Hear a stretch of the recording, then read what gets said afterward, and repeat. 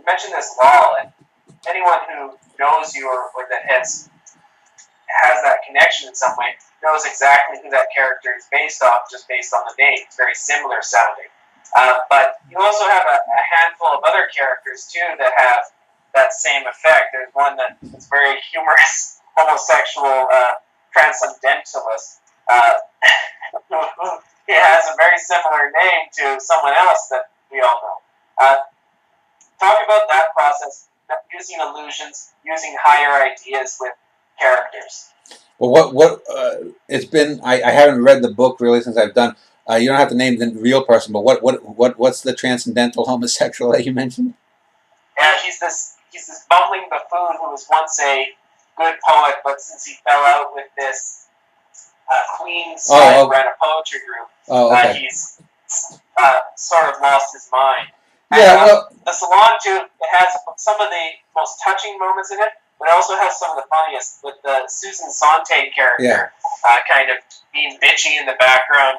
One of my favorite sections, and it's just in passing, is when Aldo and Elias Walker are having a conversation, kind of revealing their own faults in each other.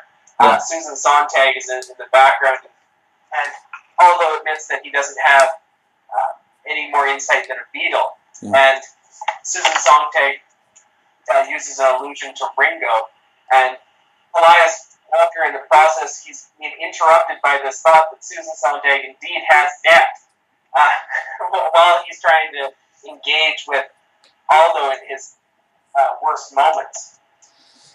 Well, it has that realism in the terms of being interrupted by other characters as they're having more intense and deeper discussions. Yeah, but it should be stated too. I mentioned how the first Elias Walker in the Western, in a sense, as the old saying goes, he stepped in shit at some point, i.e. that he seems to get by with luck in life. This Elias Walker, professionally, in a sense, can almost do no wrong.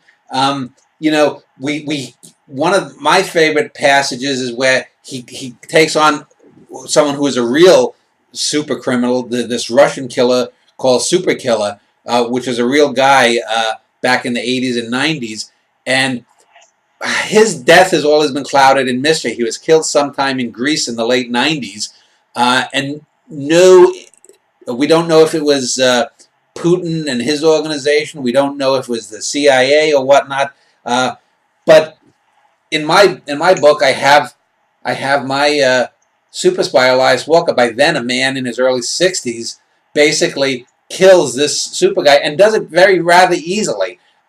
Things just seem to fall into place for him.